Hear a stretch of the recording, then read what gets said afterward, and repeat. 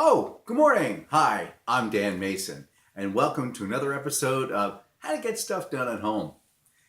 How many times has this happened to you? You're sitting around reading your favorite book, and out of nowhere, the light goes dead. What are you going to do?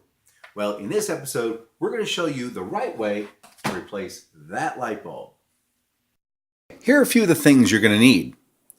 You need some coarse sandpaper, some fine steel wool, you're going to need clear ammonia, 91% isopropyl rubbing alcohol. You'll need some examination gloves, a couple rolls of a couple rolls of masking tape, and a good pair of heavy-duty gloves. Let's get started. The first thing we need to do is we need to take that light bulb out. Oh, wait a minute. That might be too hot. How do we find out? Let's test it. Let's go ahead and bring a quart of water to a rolling boil. Then, using not one, but two Laser Grip 774s by EcoCity, let's test the water to see what the temperature is. All right, I'm getting a reading of 217 on one and 213 on the other. So using that as a guide, let's go ahead and check the low temperature. Here I have a couple of frozen pieces of venison. Here we go. 33 and 37 respectively. Now, let's go check the temperature of the light bulbs. I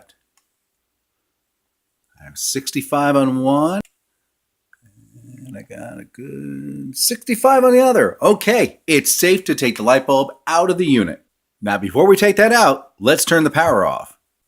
Okay, so let's go ahead and open up the power source here.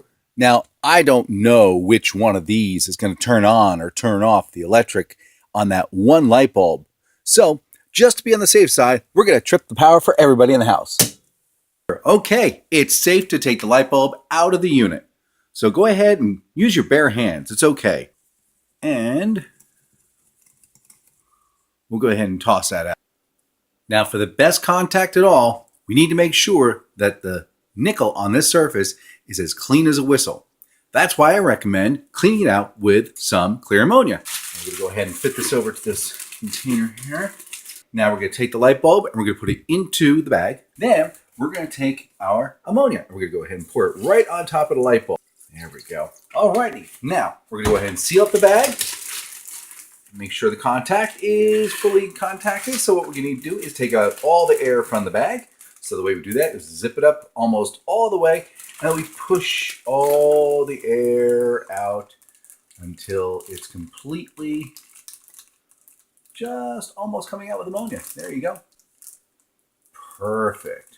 Now, we're going to let that set for about 3 to 4 hours just to make sure the contacts in here are getting a good amount of ammonia to get the contacts nice and clean. We'll be back in 3 to 4 hours. Okay, we're back. It's been 3 to 4 hours and that looks nice and shiny, doesn't it? Now, the other nice thing about the ammonia is it also cleans the surface of the glass. That was awfully helpful. All right, the next step involves cleaning the glass really well. So I'm just going to grab this. There. All the ammonia is taken off. Nice clean bulb to work with. Okay, this next step involves cleaning off the glass. This is going to be primarily the last time we're ever going to have an opportunity to touch the glass prior to inserting it into the light fixture. Reason being, your hands have lots of oils on them, and these oils will actually come in contact with the glass and cause certain areas to warm up higher than other areas, almost cooking, if you will. By cleaning off the surface and making sure there's no oil on it, we can be assured that this light bulb will last as long as possible. Let's get ready with the next step. All right, so what you've seen I've done here is with the masking tape, I've gone ahead and gone around the threading here just to the very edge where the glass starts and the metal begins. You gotta be careful you don't cover up any of the glass because you want to make sure all the oils are off there. Okay, make that nice and tight. Now, I made a nice long strip, and the reason being, I'm going to go ahead and tuck these edges in, and then I could do it like a 1/4 turn, just like that. And now the whole surface is covered up. So let's get ready for the next step, and that involves getting ready to wash that with 91% isopropyl rubbing alcohol. So get that ready, we need to get some rubber gloves. Actually, I recommend the nitrile gloves. The reason I recommend that is because, well, natural rubber has little tiny microparticles. This typically does not. Okay, and since you have your masking tape out, go ahead and get the masking tape out. Let's go ahead and tape up the very edge.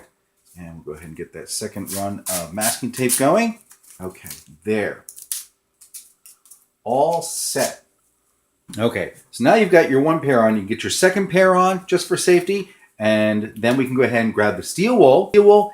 And we grab some, I have here, 60 course sandpaper. Let's go take a shower. All right, now you got yourself all clean. You could throw away the steel wool. That was for the tender parts, and that's for the hard to reach places. Don't touch the water. Let it run, because you want to make sure you don't cross contaminate. Now, make sure you use a nice clean towel. Clean yourself up.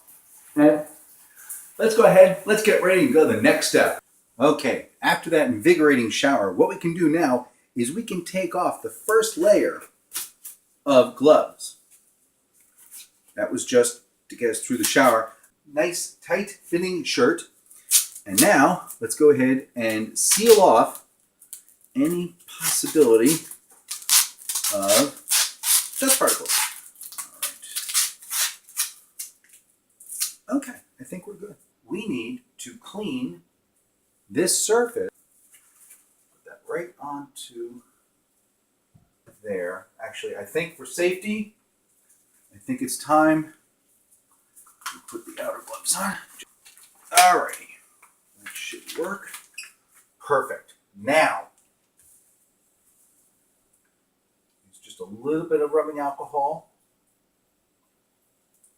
Don't need much. And let's clean that bowl. So we can let that sit and let that air dry for about an hour or two. Okay, it's been a few hours, and we can go ahead and take off the tape. There we go. Edge peel. There we go. Perfect. So we got a nice, clean bulb, finally. The nickel has been cleaned very, very well. The surface of the glass is also very clean. There's no oil on here anywhere. Let's go ahead and put this in and get this project done. All right, again, with the electricity off, we're going to go ahead and gently screw that light bulb right into the base. Should go nice and smoothly now that that nickel has been cleaned within an inch of its life. Perfect. All right, and then we turn the power back on. Okay, once it's all set up, we can go ahead and turn the power back on. Now, very, very important, when you put a new light bulb in and you are making sure that you don't want to burn it out prematurely. Now, inside of each light bulb is a small filament. Now, that filament heats up. Now, it heats up and it cools down. Now, you don't want it to heat up right away and just keep burning. Otherwise, it will burn out prematurely. So what you need to do is, after you put a new light bulb in, turn the light on and turn it off. Here we go.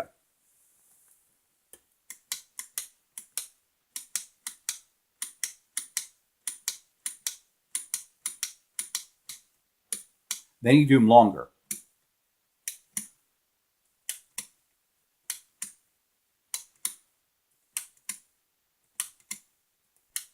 And then you do them longer. Turn it off, let it cool. Let it cool. All right, just a couple more. There we go. Okay, there. Now, isn't that better? Nice, relaxing bulb. Sunday afternoon, rainy. I can't think of anything better than just sitting back with a book, reading, having a wonderful time. I know it's a little bit of work, but this way you can make sure that you know that bulb is squeaky clean and it's going to last a lot longer than expected. So, appreciate you watching. I'm Dan Mason. Thanks for watching, and you have a great Sunday afternoon.